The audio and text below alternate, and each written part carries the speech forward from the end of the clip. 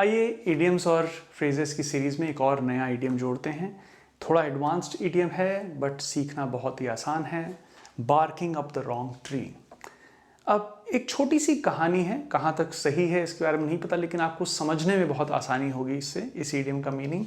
Obviously idioms के बारे में आपको कई बार जानते हैं कि जैसा लिखा होता है वैसा होता नहीं। अब बार्किंग अप, बार्क मतलब भौंक रहा है कोई गलत पेड़ पे, तो गलत पेड़ पे भौंकना, इसका मीनिंग क्या निकल सकता है। एक छोटी सी स्टोरी जो पीछे कई लोग बताते हैं इसके।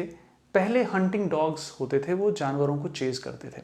अब रैकून्स या आप एक बंदर मान लीजिए, अगर एक बंदर को चेज कर रहा है एक हंटिंग डॉग, तो हंटिंग डॉग ने चेज करते हुए बंदर को एक पेड़ पे चढ़ते हुए देखा, तो वो उस पेड़ पे चढ़ा। जैसे ही बंदर, ये हंटिंग डॉग उसके नीचे पहुंच गया और उसने उस पर भौंकना स्टार्ट कर दिया उस पेड़ पे।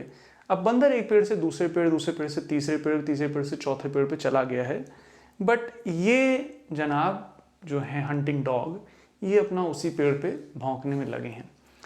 इसका मतलब ये हुआ ये वेस्ट कर रहे हैं अपना एफर्ट इस पेड़ पे लगे हुए। इस पेड़ पे कुछ है नहीं, इस पेड़ पे कुछ भी नहीं है जिसके लिए भौंक रहे हैं, क्योंकि जिस जिस चीज के लिए भौंक रहे थे वो कहीं और जा चुका है।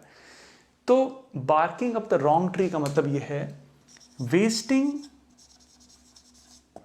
efforts in pursuing a wrong path or person।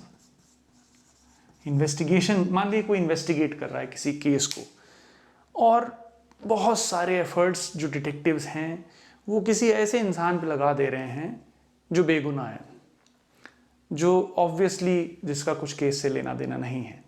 तो कोई ये कह सकता है थर्ड पर्सन कि यार they are barking up the wrong tree, he is innocent, इसका कोई गुनाह है नहीं, ये फालतू में लगे पड़े हैं।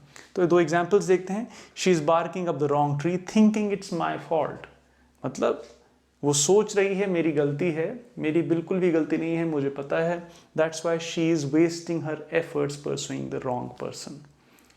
परसुइंग द रॉन्ग पर्सन मतलब दूसरे इनकरेक्ट इंसान के पीछे लगे रहना, जो है नहीं इन्वॉल्व, उसके पीछे लगे रहना।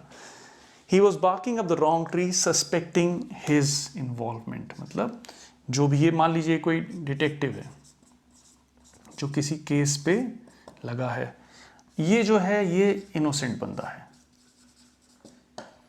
तो अगर ये डिटेक्टिव भाई साहब इस इनोसेंट बंदे के पीछे लगे हैं और इन्होंने महीनों लगा दिए इसी के बारे में, और असली जो इन्वॉल्व बंदा है वो अपना कहीं बाहर फ्रीली घूम रहा है, तो कोई आदमी कह सकता है He was barking up the wrong tree suspecting his involvement, मतलब उसको लग रहा था, उसको डाउट था कि ये बंदा इन्वॉल्व है, ये बंदा इन्वॉल्व नहीं था। And he was barking up the wrong tree the whole time, वो पूरे समय किसी और इंसान पे लगा था जो कि उसमें इन्वॉल्व ही नहीं था।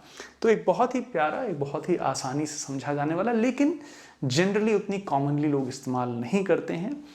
एडवांस लर्नर्स में आप इसको सुनेंगे। सिचुएशंस क्योंकि ऐसी बहुत कम आती हैं जहाँ पे जब कोई किसी को ब्लेम कर रहा हो, जो किसी के बारे में कुछ गलत बोल रहा हो, तब ये बातें आती हैं।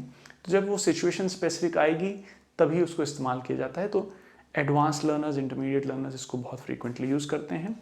आई एम वेरी श्योर आप इसको बहुत अच्छे से इस्तेमाल करेंगे। छोटे सेंटेंसेस बनाइए, सिचुएशंस बनाइए artificially, and then try to use them. कहीं कोई डाउट बना रह गया आपको, please let me know in the comments. I hope it helps. Take care.